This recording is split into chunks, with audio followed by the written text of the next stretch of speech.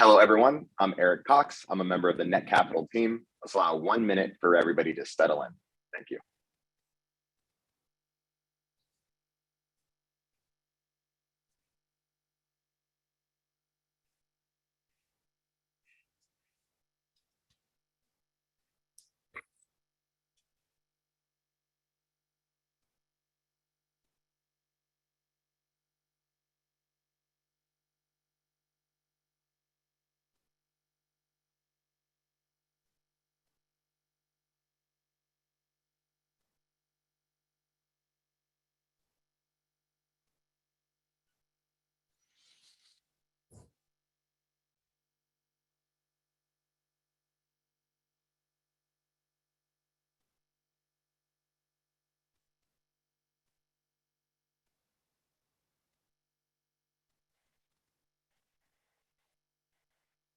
All right. Well, I know a couple of folks are still trickling in, but let's go ahead and get started.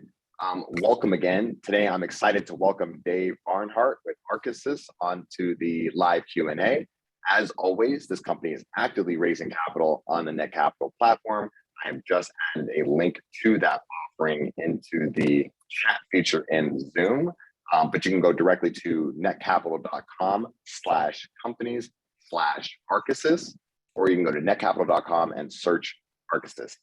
A few quick housekeeping items before we get started. Please do use the Q&A feature built into Zoom. I know there's also a chat function, but Q&A makes it so much easier to review all the questions as they come in and address as many of them as they come in. And please do ask your questions. We're here for you. We want to keep this as interactive as possible. So please do use that Q&A function built into Zoom.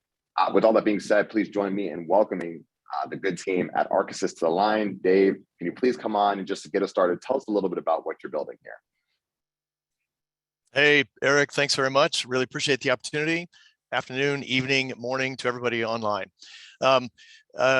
We are a company that is actually has some hindsight, and then taking that hindsight relative to where inflection points are in technology and putting it forward in terms of foresight, all toward how to open up business platforms in space.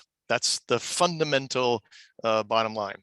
Our job that we see, really, we have a big vision to try to really get things going into space, but the way to do that is through a commercial stepwise marketplace process. And we've created something that we refer to as the port in order to execute that. Love that. And I know you have some slides queued up. So this might be a good opportunity to cue them, to actually bring them onto the screen. Can you tell me a little bit about your background and how you got involved in here? And I'd love to learn a little bit more about the rest of the team supporting you in this project as well. Sure, absolutely. So sort of real quick overview of the company, nuts and bolts. Company was started back in 2015, if you will, with the express purpose, in all honesty, of trying to find that sort of killer commercial application that would help open up space. I was lucky enough after having left DARPA to come to a realization that, in all honesty, the future in space was not going to be driven necessarily by the governments around the world, but by the commercial marketplace and the amazing innovation that's happening. So opened a company in order to capitalize on it. Two sort of significant events really occurred to catalyze and finally come to fruition about what we're doing. The first, honestly, was I met another partner who I decided to convince him to come on board, Dan Lopez, who you'll meet here shortly, who's got a business vision that was able to envelope all the great things that, wild things we were thinking about. And then the second thing was an opportunity that came out from DIU, which in essence, we had come up with how to catalyze that construct of doing business in space that we called the port. And it was just a beautiful one-to-one fit. So those two things happened, honestly, within the 2018, 2019 timeframe. And then from that point, boom, we started to go forward. So I'll real quick, let's see. Hopefully you're seeing a chart, so that's good. Nice visual behind it, right? Right. So it's always good to sort of start at the big picture, right? Our vision, in all honesty, is to truly establish the first spacefaring ports off-world with the intention to combine gross domestic product of multiple countries, not just one country, to unrestricted unrestricted relative to earthbound constraints. So that's, again, big picture. How do we want to do that? Well, we really sort of go back in history and we look at what were the nexus points that made all that happen. They truly were meeting locations, whether they were on land or in this case on sea or in harbors. So basically trade routes that brought together commercial activities, services, commerce, connections between different people in different countries were ports that we're now going to extend off Earth, if you will. So that's sort of the big picture. In terms of how to do that, you know, people say, well, oh my God, what is a port? You're talking about something as big as the ISS. What are you talking about? So the other thing we've done that we'll explain here a bit is how to take advantage of an inflection point in space that we really believe is there. Our plan is to create a technical platform to be able to host and execute all kinds of services in space to enable this port ecosystem, but we're doing it with what we're considering to be a minimum viable product with low capex building blocks that are able to actually connect together, assemble and integrate into any potential shape. And that's sort of the key, right? Flexibility, the ability to aggregate, things that we can grow to scale, because that's the other really thing. If we really want to be successful, we have to think about not just, well, here's the first piece, but how do we get to the space dock that allows everything to go? The only way to do that is to aggregate, build on orbit. So everything we've done from a technical standpoint and a business standpoint is to focus on that ability to get there quickly, aggregate, and scale. Yes, so to sort of translate that, after you saw that one picture, what you're looking at are depictions of ports, and we refer to, just so you know that, a port is one or more port modules, and the port module is that hexagon looking thing, and we specifically designed them that they can aggregate together, not just in a two-dimensional fashion, but in a three-dimensional fashion, so that you create different structures, different architectures to be able to satisfy almost anything that you want to execute. So that's really sort of the big pictures. No, and thanks for taking a step back and giving us the 30,000 foot overview for sure. And I know we want to dig into kind of the problem and the solution a little bit more deeply. So let's come back to team in just a moment. Can you talk about why there is a problem, and can you help us really understand what is the problem that you are solving for? Yeah, no, it's a really good question. So,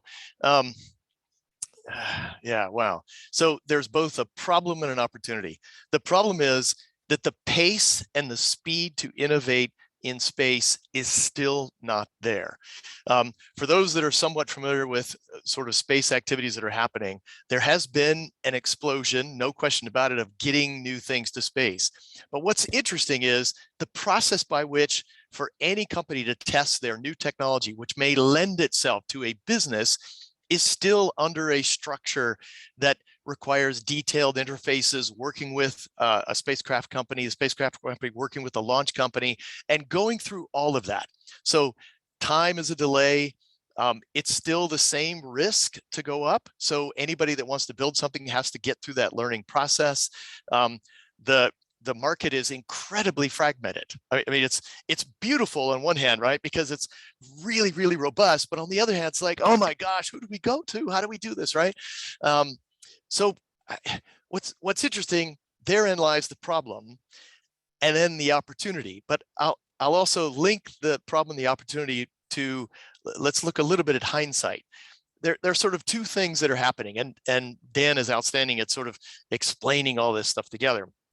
The first is, if you look at an inflection point where there was a fax machine, there was a camera, there was a navigation device, and they were all independent. The big inflection point that happened is when you were able to integrate all those things together, and then you had this thing called the iPhone, right? It was a big push, and it opened up what humans could essentially do by having an integrated thing that had all this capability, which was amazing. And then on top of that, once those pieces were put together, then through the software, you were able to create brand new apps to be able to use on it, right? So that was amazing. The other thing that happened, in all honesty, is that, again, in this information age, you had this platform because apps were able to be made from a software standpoint, and Amazon figured out a long time ago, hey, let's have these big servers and let's offload the requirement for individual developers to have their own computer systems to put together. Instead, we'll host you guys really cheap, right? We'll host everybody. So Amazon Web Services was born. So if you just take those two sort of hindsight elements, one was a hardware-driven integration activity, the other one was a software platform that allowed to do it, and you transpose that to today to what we're doing, that describes the port module and the entire approach for what we're doing on the port. You don't have to be a spacecraft manufacturer. You don't have to be a rocket scientist. You don't have to build your own spacecraft. We will do everything for you. Ours is a stable platform to be able to host both hardware and software. Hey, Dan, sorry, I took your thunder, dude. Sorry, I got too excited. Yeah, so. no worries. wanted to introduce Dan, Eric, so that he's there. So. Yeah, this is perfect timing. So thanks for that explanation, Dave. And Dan, welcome aboard. Would love for you to tell us a little bit about your background and how you got involved. And then maybe we can follow up with that with the rest of the team and some of the slides that you have, Dave. But let's start with you, Dan. Love to get to know you about it. My background is in computational biology, and I got started in contracting for DoD and in the intelligence world a long time ago. Helped launch a bunch of consumer-facing products, hardware, software.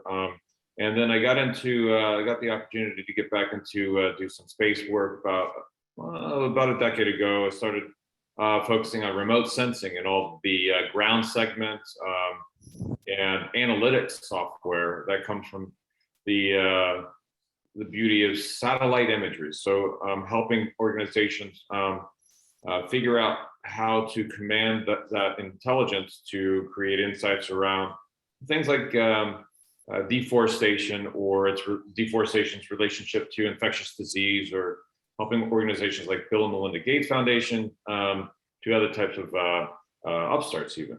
So Dave and I started thinking about how we might put our brains together to collaborate on something pretty special last couple of years, and off we went. I'm glad my story aligned with your story, so that's good. And, awesome. And Dan, your DoD background, we're going to dig into some of the success traction that you've had so far on that. But before we get there, I know there's other team members that we'd be completely remiss not to mention. So Dave, if you want to share your screen and we can start talking about the rest of the team helping make this happen. Yep, absolutely. And let me force this thing to show the full slide. There we go. So like I said before, we have a pretty strong team. Oops. In particular, come on, this is definitely not, there we go. We have about 7 folks. Myself and Dan, you're aware of. Without saying how many decades I know 2 individuals who are probably some of the best that I've actually launched spacecraft with before. That's Diane Quick, who is an outstanding and amazing integration and operations individual that's just sort of lives and breathes that, as well as Fred Tubb, who understands guidance, navigation, and control as if it was a second language, which is fairly fascinating. We were lucky enough to pull in a recent PhD graduate, Dr. Raul Rogani, who's worked on some amazing things in terms of genetic algorithms, which becomes incredibly important because we want to bring as many people as possible onto that port, but that also means we have to think about optimization, about how do you use resources, how do we maximize the support for every single customer, et cetera. So Dr. Rogani is that guy for that. Another one who's probably one of the best program managers for execution that I've met and I've worked with for many years, Dr. Lisa Hill, which is awesome. And then Dan knows Rob, who's actually overseas, and he's going to be our first sort of general manager, if you will, for overseas activities, which is going to finally open things up. So that's we're lean, we're experienced. We've got young and old mixed in there, so that's our core team for Arkisys. And then we've had a board of advisors for a number of years, individuals that have actually built, sold companies, so they can come in and laugh at us when we're doing things wrong and say, dudes, you really got to do this, right? Brad Adams has been a friend of the family for many, many years. Paul Lithgow has actually run a number of space companies that many folks out there will know. And Dr. Peter Will is a worldwide expert in robotics, and he's worked in any number of Earth domain industries relative to robotics, and then moved into sort of aggregation in space. So that's sort of the rounded picture, if you will. Dan did mention, again, you got to sort of throw out the DNA that sort of makes us all up. I was lucky enough to have gone through 2 startups prior to this one. The first one was Vanguard Space, which was actually pretty cool. It was a German company, which I don't speak German, but it was a really interesting opportunity. And the other one was Millennium Space Systems, which was done here. I worked with Stan Dubin, which was outstanding, and it was a wonderful experience. Dan has worked with EarthCast specifically. We've got some experience with DSI, and then there's 2 other companies that Diane and Fred had started. So from a sort of a startup mentality, we've actually got the experience. And then if you spread that out further, I've got DARPA experience, Lisa's got NASA experience. Dan's actually worked through the UN. We've worked for the Department of Defense, both Dan and I, as well as sort of nonprofits. So that sort of encapsulates the primary team. I would be remiss in not sort of looking at the big picture and identifying some of our key partners. NXTrack is a group. It's a company here by Dr. Dan Darren Garber. Parabolis doing some propulsion. iBoss and NovaWorks are sort of looking at interfaces, and then Motive has been supporting us on robotics. So that's sort of big picture on the team, if you will. Absolutely, that's great. And I wasn't sure, Dan, it looked like you might have wanted to come off mute and add something. Just want to make sure I don't cut you off. Oh, no, all good. Okay, great. So thank you for sharing about that. And absolutely, star-studded team there. And it's great to see the DNA slide too, because I mean, obviously we're individuals, but those individuals bring also those kind of community resources and access to different relationships. So I'm really glad they were able to dig into that a little bit. For those who aren't too familiar with the space ecosystem and the market as a whole, how large is that market? And I know you like to kind of break it down into several subcategories, excuse me. So if you want to kind of share a little bit more about what this market looks like and how you plan to access the market. Yeah, once again, I will indulge, you guys will indulge me to be able to share, because I think we can articulate that directly. So what's sort of fascinating at the moment is most people look at us and say, oh, you're just space servicing. Well, not quite that simple. But what we try to do is we try to look at the entire market segment in simplicity. So what we've done is we broke it down into 3 particular categories. The first one, we'll call it Earth focused, which makes sense, right? Because what has space been used for? It's specifically been used for the Earth, whether it's remote imaging, pictures, telecommunications, weather systems, etc. It's all based on the Earth, which makes sense, right? And that's great. And spacecraft systems followed the methodology that they just had to get up there, look down at the Earth and satisfy it. And then when they died, okay, it's all right, put another one up, right? So that market exists. And that's very robust, and it's there. The second market, which is really exciting, and the one that I've been lucky enough over the course of time to sort of step in and out of, is the concept of space to space. That is, now instead of leaving that thing up there in space and doing nothing to it until it dies, we now have the technology and the capability to go do something to the spacecraft after it's launched. And therein lies many of the new markets that people are now talking about: servicing, long duration platforms, manufacturing, refueling, mining, et cetera, right? That's all been enabled because we now have the capacity to do something in space afterward. The last market, again, there's many words for this, but I look at it and think of it as the undiscovered markets, because we have never had the capability to do space to space before. And what always happens, if you look back at that hindsight, those inflection points, when you bring together capability all at once, nobody, whoever created that, even Steve Jobs, right? He wasn't quite sure. He put it all together. Yeah, this would really be good. nobody could understand and predict the explosion of innovation that happens with that. So in honesty, what we're hoping to do is unleash, sort of crack back all the crazy ideas that people have around the earth that they didn't know that they could do if they didn't have the space-to-space market. And that's where we're at. So now, how big, right? That's the next question. Currently today, the current market in space is about 400 billion. The charts that you see is from Bryce.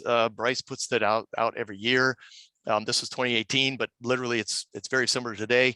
What's interesting is within that market, if you just look at the Earth focused piece, right, the one that we talked about at the top, that's about 260, 300 billion a year. And of that, there's a segment that is only specific satellites. But what's really interesting is that predictions have been made, and they run the gamut, in all honesty. But Morgan Stanley, Bank of America, as an example, made some predictions that there is an estimated about trillions of dollars that are out there when you now have the ability to do things in space that you had never been able to do. Almost 10x over where we're currently at, right? So that's a huge potential. And that's the one that, honestly, we are literally right there at the cusp to be able to go forward on. So yeah, the next question that you might ask is, well, okay, what are those markets, right? And that's where I get back to that. I can think about it. I can make it up. Dan, we can do stuff on the board all the time, but oh my gosh, there's so many people in the world that have such amazing ideas that they could even ask the question, what if I could do that? And we will have the platform to be able to support them. So that's where to me, it's just sort of an unlimited market potential. If we could just get that first port up there and let people have the capacity to do anything they would like. Well, one thing to add what Dave just said is that if you look at this landscape here of the market, imagine the technology that we're building is essentially a glueware as well underneath the hood, so that you could take any permutations and combine these things that you're seeing on the screen right now and create something new. That's what is unprecedented. So we're taking, say, advanced robotics and say entertainment and maybe something else on here, and you're creating a new industry altogether. Yep. No, thanks for that addition, and thanks for sharing the slides, Dave. Fantastic question from the group on that. So I'm glad we were able to dig into the market there. Good question. Let's keep the Q&A active. So thank you for that. One more thing coming in here. So understanding that there are these massive markets, how does what do you have various business models, or what are the different ways that Arkisys plans to generate revenue from these markets? Got it. Yeah. Thanks for the patience of jumping in and out. I think it's important to make sure that we. It's very helpful. So yeah, get across to you here. So yeah. So right. So what is it that we're trying to sort of put together to answer that question, and then the specifics? So honestly, if you look at us, the thing that we're really trying to focus on are some key things to enable anybody to get to space to basically unleash their ideas. Getting there quickly is a pretty big deal, right? Producing revenue, checking the box that the thing works in space is really important. So that's one that we specifically worked on. We have a process called onboarding. Our goal, just so you know, is to go from the time you pick up the phone or get on the internet to the time that we get you up there is 90 days. That's our goal, right? 90 days. The second thing is, we don't want you to stress about, oh my gosh, do I have enough power? Am I going to be kept warm or cold? How do I get the data down? Our job is to take away as much as possible of that risk. You don't have to be a rocket scientist. It's cool, and I support it completely, but you don't have to be, right? The other one is, we want to be able to have anybody to have access to it. So from students up to small companies, large companies, anybody that comes up ought to be able to have access to it. The other key thing, Dan pushes this all the time, which is amazing. We are now to the point where you can think the end of your mission is not the end of your life. And most importantly, so when you get done testing your thing, you're going to be on a stable platform with a bunch of other customers. And now we can think, hey, we'll put you together with all these customers. Here's a way to generate innovation and potentially sell to somebody who's literally on the same platform. So that's really the big thing. The very last one is to literally accelerate innovation, truly to accelerate as quickly as we can. How do we do this? What is the model, right? What we did is we went back to that simple chart of Earth, space, undiscovered. And in the Earth-focused mission areas right now, the market is testing things on orbit. That's done under the rubric of hosted payloads. Many folks will go to any number of providers today, or even a spacecraft that's putting together and say, hey, I want to put my thing inside. Great. We're going to be able to do that. We're also going to have on board our own hardware that you can utilize, whether it's a camera, whether it's a processor, a communication system. You can write code for it. You can test concepts immediately. And we're not talking about, oh, it's going to take 90 days to do that. We could do that within a week. And then the third thing to enable those two is to be able to bring up vessels. Again, if this is a port analogy, you have arrivals and departures, just like in a normal port, right? So we have to be able to do that. Just let everybody know, we actually released last year a visiting vessel handbook, one of the first that I've seen in the industry, specifically to enable the transparency and the openness, and most importantly, the safety for bringing in vessels. And then we also have, we're going to step into additional services that we call space-to-space missions. Again, can we do something to another spacecraft that's up there? Our entire business model relative to revenue is based upon the service that somebody signs up for. So you don't have to sign up for a bespoke building things. You sign up for a service, and that's it. And that's how we generate the revenue. Perfect, perfect. Thank you so much for that. And I'm actually going to pause for a moment because we're about halfway through our programming. Time flies when you're having fun. I'm going to remind everybody that you can go ahead and click the link that I'm adding into chat here, where you can learn more about this offering. So you can visit the offering page, review more materials, and of course, if you're so inclined, push button and invest. And so I added the link there for those who are on the phone. That is netcapital.com/companies/Arkisys. Or you can go directly to netcapital.com and search Arkisys, ARKISYS. Okay, shameless plug, and we're off to the races again. Thank you for the business model, super important.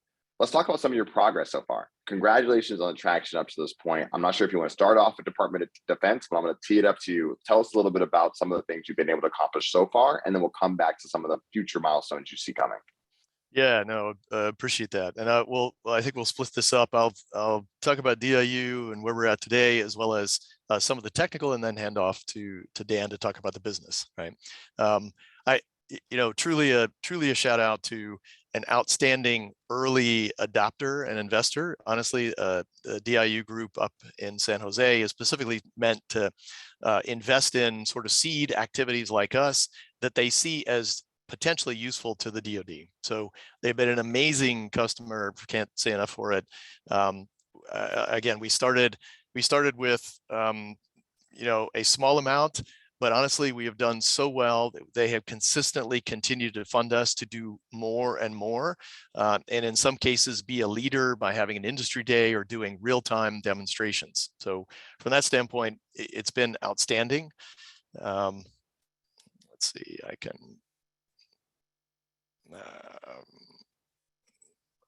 can share here from the technical standpoint. Let's see. Yeah, that we can show you a picture, which is usually worth more than 1,000 words here. So really the big things from a technical standpoint that we've done to date, in all honesty, remember that port module, it's not that big. It's about the size of your car, in all honesty, just to get envisioned. And it's made up of individual wedges, if you will, from a hexagonal structure. So what we did is we built the very first protocol unit, if you will, of one of those wedge structures. And the reason that that's important is there are 6 of them on there, and they all serve a similar purpose. They have berths on them. and they transfer or utilize functions for power and data and thermal, all the normal spacecraft amongst themselves. So the cool thing we did, in all honesty, the picture on the lower left-hand side that you see, we actually built the first one. That's full scale, so that gives you an idea of size. You see some of our team members as well as some of our partner team members. The other thing we did is we actually did testing with real customer hardware and interfaces. So we worked really hard to develop some of the internals. Arguably, it's some of the more boring things, but truly we focused on, can you connect multiple things together that have different data protocols or different connectors? Can you get the software to work, to understand when you connect something together and then know what needs to be done with it? And then the other thing we did, which was very exciting, is the picture on the right-hand side in the top is showing that we had a robotic arm that we actually attached to it. And we began to demonstrate the ability to aggregate, disaggregate, connect, disconnect. Again, a prime feature of the kinds of things that we're doing. So why all that was important is, remember I used the word onboarding. We actually demonstrated that process. And the other thing is, not only did we do it in reality with real hardware, but we did it 4,000 miles away with folks in Germany and folks in New Zealand to demonstrate if they have hardware there, we'll send them our little applique that we created. They hook up their hardware and we can demonstrate it to our virtual twin, which was very, very exciting. So sort of from the technical standpoint, I'll give some new initiatives and sort of where we're going, and then I'll let Dan sort of talk about the business ones. Our first sort of space qualification unit of our items that's going up, we're calling this the applique. That is the universal data translator that allows you to connect everything together. We're going to get that up early next year. Over the course of the next couple of months, we're going to actually update the visiting vessel handbook. A shout out to Texas A&M. We actually have some amazing interns this summer that are supporting us, and they're actually doing a lot of the detailed RPO work. We're going to build another one of those 2 full-scale wedges and now connect 3 together. So we'll have an entire half of the entire port module that we'll do robotics testing on. We have a customer that's requested us to do some port module extensions for consumables. I'll show you a picture here after Dan's done. And we are going to work with some of the orbital transport companies for that initial RPO event virtually. So these are the sort of the technical things we're doing. Let me hand off to Dan really quick for business. Yeah, thanks, Dave. So as Dave mentioned, we've had really good success with a great partner at DIU. And so we have 3 different approaches. We have the government, we have the commercial, and we have the academic. And over here on the business side, we're looking at expanding upon the commercialization. So taking really low level or not so ready for prime time technology and maturing them requires a test bed, a place to really test it and validate it. And then again, as we mentioned before, that allows us to then, if they choose so, they can deploy that technology and keep it up at the port and actually start turning on revenue with that, which is really not, that's a new paradigm for how space works entirely. So, and that's really looking at the SBIR and STTR markets. We started a program called Embark. So if you wanted to go check that out on our website, you can go to arkisys.com/embark. It tells you a little bit about our focus right now is US only, but we're going to start branching out into other support of other initiatives worldwide. We are also looking at expanding our locations around the world. So one of our first locations is in New Zealand. New Zealand has also been a great champion of innovation in space. We have great relationships with both commercial and government in New Zealand, and we're maturing that now as we go. I think that's about it from my standpoint, and I'll hand it back to Dave. Yeah, just to tease everybody. So this is, again, this is architecture depiction of now looking at potential customers asked us to look at how do we store consumables up there? And again, that's the beauty of a port, again, is that you have everything there for visiting vessels. You have everything there for maintenance and services, et cetera. And that's what we're actually going to do. So you can see depictions about how you can actually put a big tank up there, how you make a stable platform, how everything works together, and yet you still have something that's able to work together. So again, just sort of teasing that we're working this for another group. And then sort of finally, to get off the stage, if you will, I'd love to be able to have everybody who's watching to actually download a port module for their office or their room or their home. So we have a company called VUSAR, VUSAR. They have an app. If you take a picture of this QR code, this is supposed to work, and we actually demonstrated. Take a picture of this QR code; it'll take you to their site. You'll download the app, and then inside the app is the port module. So you load the port module in, and then in the app, you can literally look at anywhere, in the screen, and the thing you see on the right-hand side is going to pop up, and you have the ability to make it as big or small. If you make it full size and you're sitting in your chair in your living room or in your office, you'll bust out the walls.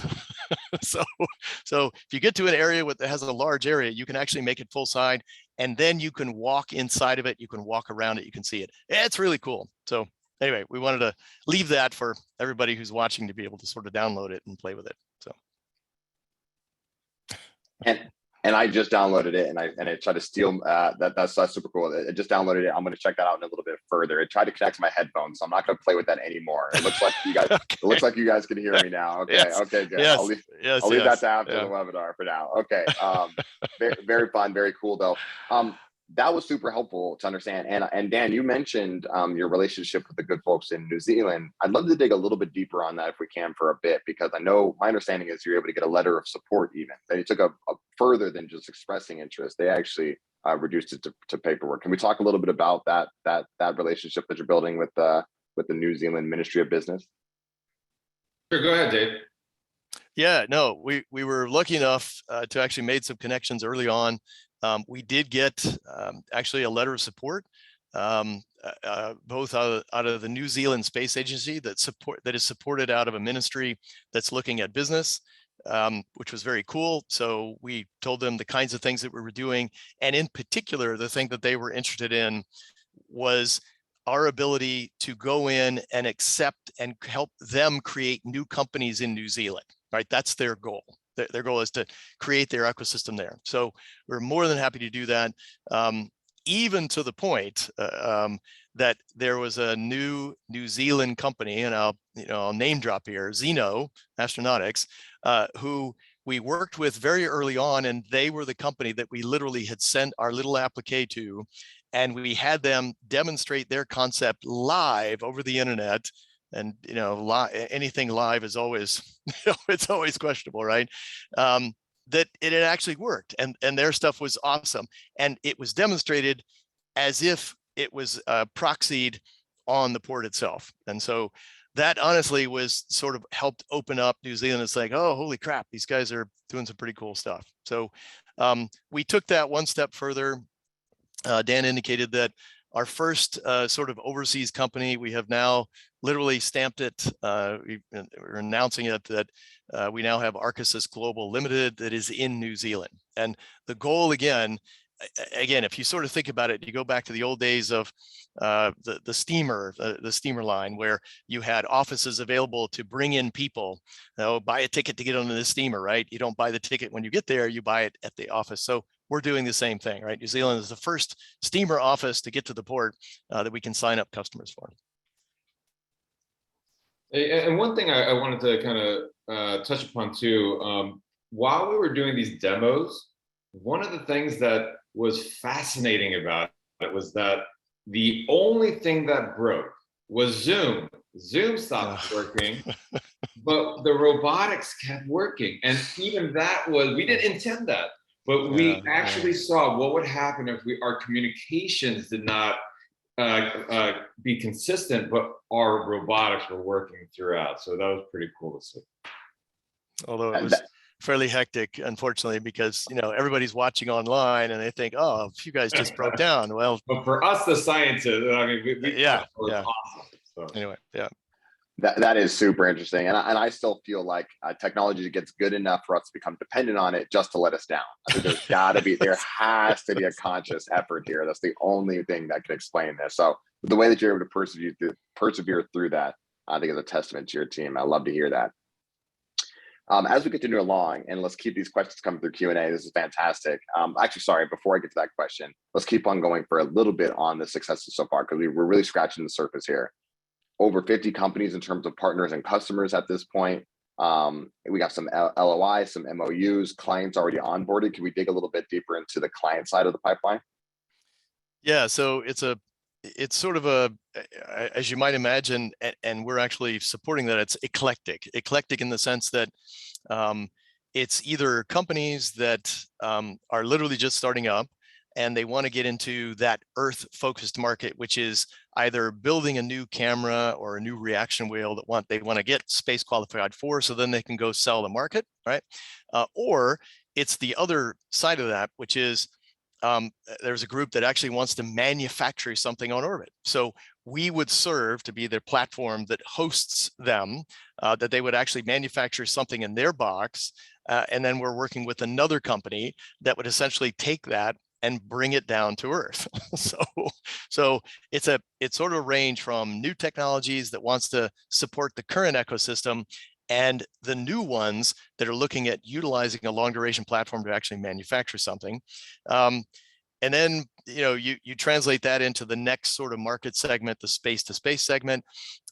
Folks that would like to either extrude, show that they can build something big. So it's a process to extrude a truss, as an example. It's another one that has a unique refueling interface or consumable interface that they want to demonstrate.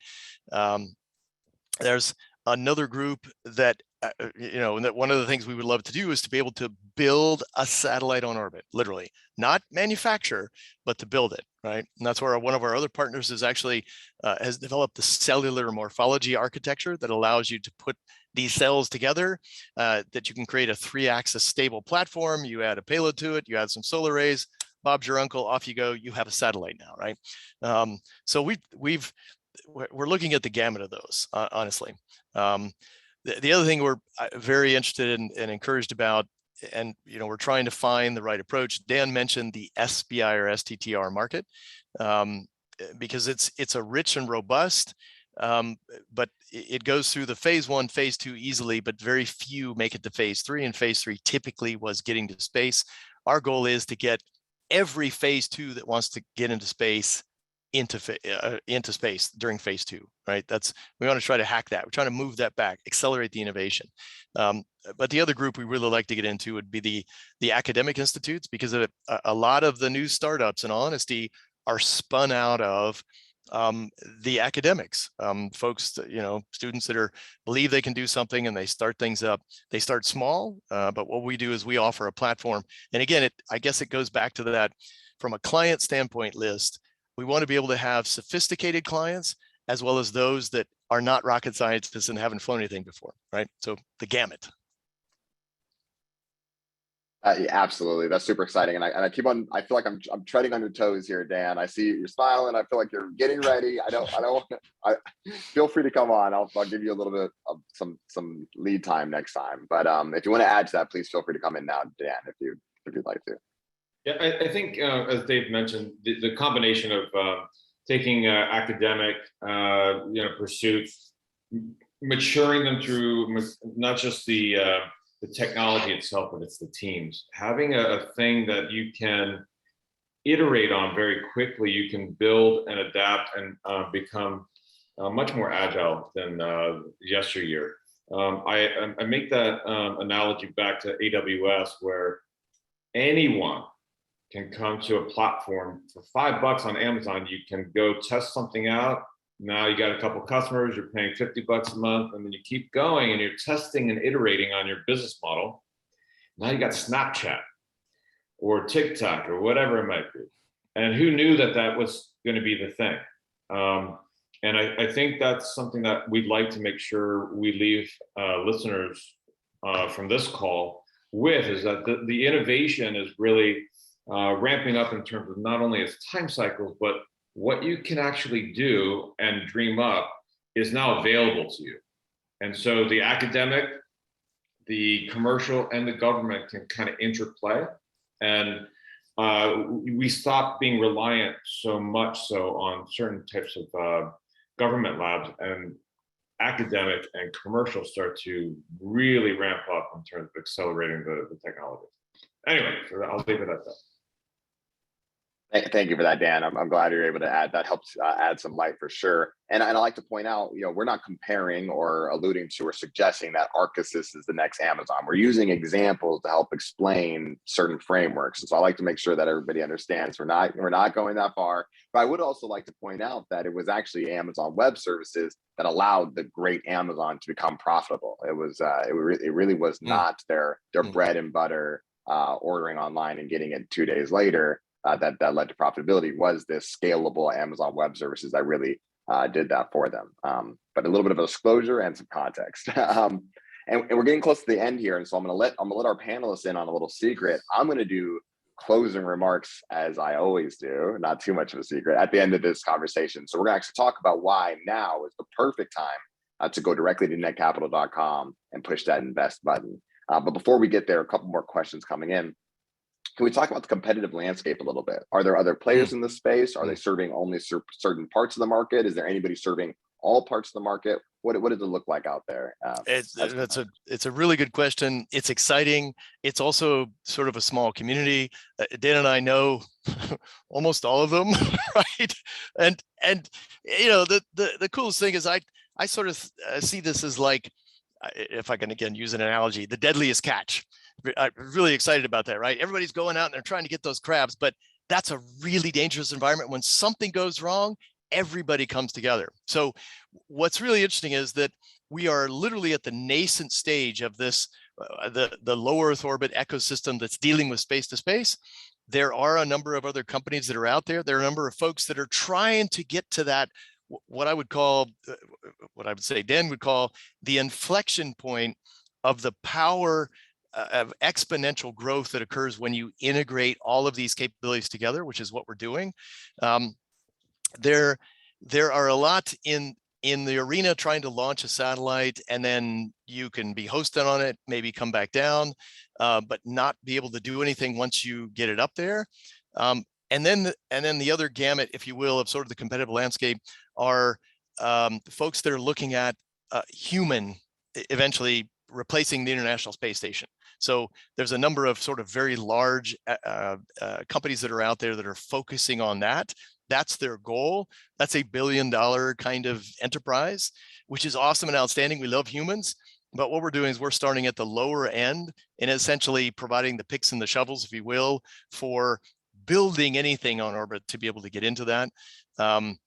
It was interesting. You asked, the competitive landscape is so sort of varied, I would say fragmented about how people are going after it, that in all honesty, in many cases, a competitor is also a potential customer, because we have no problem testing out anybody's new stuff to make it safer to do things in space, right? So that's why one of the things that we're doing is reaching out to what we'll call the last mile providers, transport providers, the orbital transfer vehicles, and making sure that construct is as safe as possible.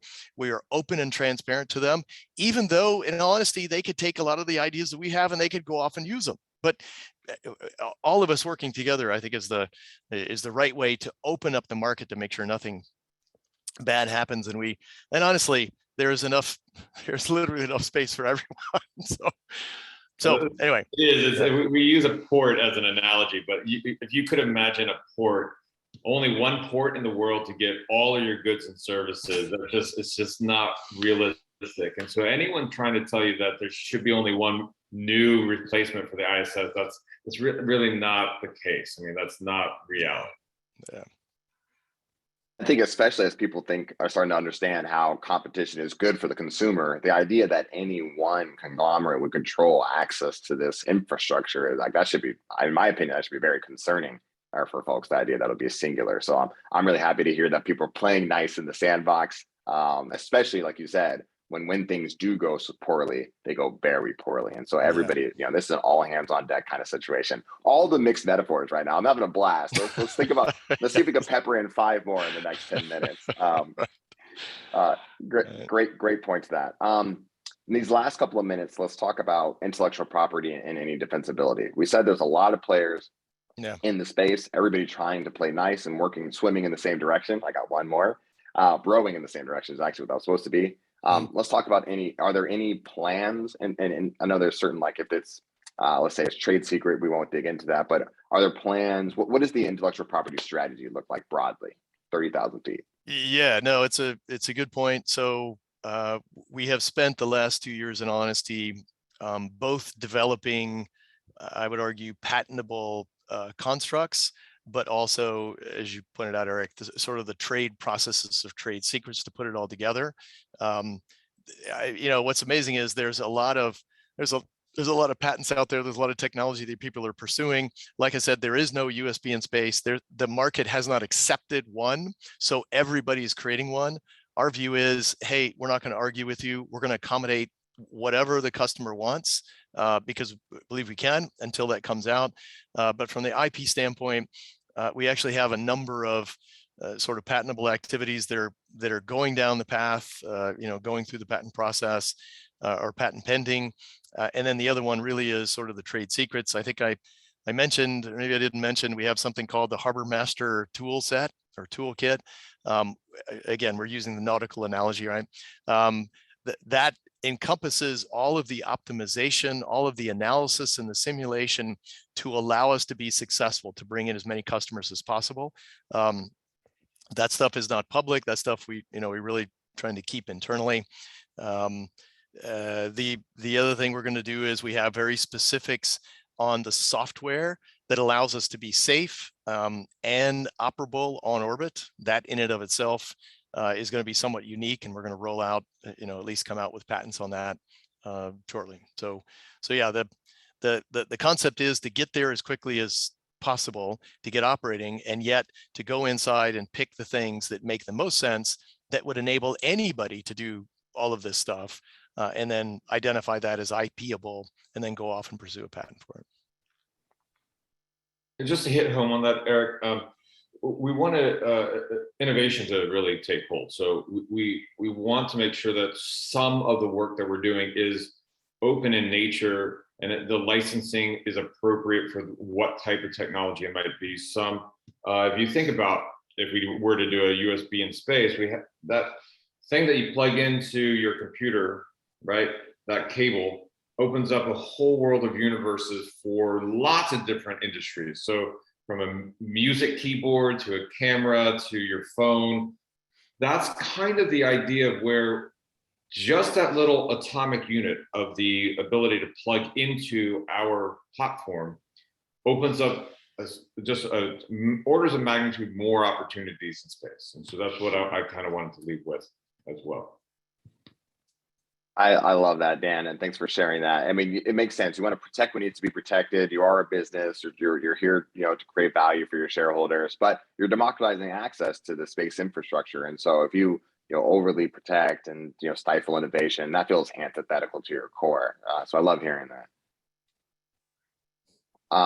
Okay, great. Last little bit here, and I always am reluctant to ask this question, but it's an important one. So what I'm going to do is I'm going to ask the question, I'm going to give a massive caveat asterisk, and then we're going to proceed with an answer. That feels okay. So what do you see as potential exit for investors? Now here comes the massive asterisk. There's a lot of uncertainty in the world. There's no guarantees in this space. Even if you do decide to invest, you should only invest what you're comfortable potentially losing. But let's say hypothetically, what does a potential exit strategy look like for Arkisys? Yeah, so I think we want to be here for the long haul, and so there's no question that over time the goal is to offer sort of differing years buyback opportunities for customers that have, or investors that have come in, that they've put some money into you guys and they would like to get out. Okay, great. So we will plan that. Obviously, we need to get up, and when we first get up, we will have paying customers. That is the goal. That's the plan. And then once we get those paying customers and begin to see that revenue, then the plan is to sort of offer that as a potential, buyback. We can do that sort of every other year. The other one, honestly, is that it's very possible that consolidation in our industry will occur. Again, if we move fast enough and we create enough sort of unique products and techniques and capabilities, then it's possible that somebody else much, much larger would say, hey, we think those guys are okay. We're going to come in for 2x or 3x or whatever. So that would be another potential exit. What's interesting is if you take a step back, that has already occurred to some extent. The word that was used is SPAC. So those were sort of created to start that. I would argue the jury may still be out whether or not those are really successful or not. But nonetheless, there have been some sort of acquisition approaches that have tried to bundle together, in particular in the space community. So I would say, Dan, those are sort of the two things we could buy back as we're going forward. And the other was, if we're lucky enough to get bought out. If we're successful enough, we would be tracking towards growth and scale to those ends of public markets, but that's a little premature for us to think. I would say SpaceX may have said that 15 years ago, but they're still private. So, but there are really amazing opportunities in the space arena, and I think we're uniquely positioned to offer shareholders something really valuable because of the way we've thought about scale. So I think it's really exciting moving forward where those kind of paths will lead for exit strategy.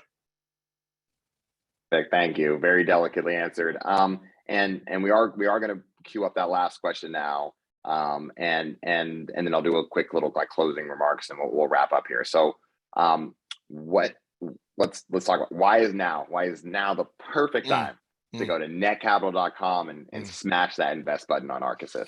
Yeah, honestly, it's this idea that everybody loves to think that they're sort of the geniuses and pioneers, but honestly, all we have done is be good historians. That we are at, I truly believe we are at the inflection point of opening up business opportunities in space, those that we can't even think of because the platform and the capability hasn't existed. We are literally at that cusp. Everything that we have done in our technical platform has been focused on how to make the business platform the fastest and the easiest for folks to get into so that we can grow that.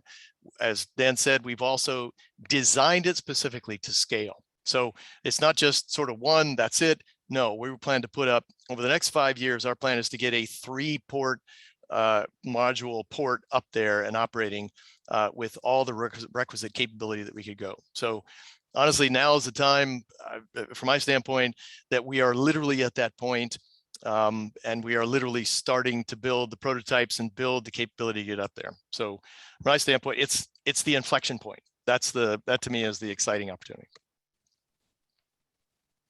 I think that is perfectly well said. Thank you so much for joining me. And I want to thank all of the panelists, Dave, Dan, thank you for coming on and spending your time and sharing the good word about what you're building here. Thank you for managing through Zoom and sharing your screen and letting people engage with that. I'd like to thank our attendees for coming here and engaging and asking your thoughtful questions. We are here for you ultimately, so thank you for coming. As always, this has been recorded and will be uploaded to the Netcapital YouTube account. And so you can go to YouTube and check that out. I'm also adding a link to that into the chat here. But if you're calling in, you can just go to YouTube and search Netcapital and it'll be uploaded shortly. And then one last piece, of course, again, we are here with an investment opportunity. So you can go directly to netcapital.com/companies/Arkisys, and you can go ahead and review the offering page and decide if you want to invest, or you can go to netcapital.com and search Arkisys, or you can click this link that I just added into the chat again. That will direct you directly to the offering page where you could review, learn more, and potentially invest. So with all that being said, I really like to start on time and end on time. So thank you so much for everybody for coming, and I hope you enjoy the rest of your Thursday evening. Thanks very much, Eric. Thank you, Eric. All right, take care. Cheers.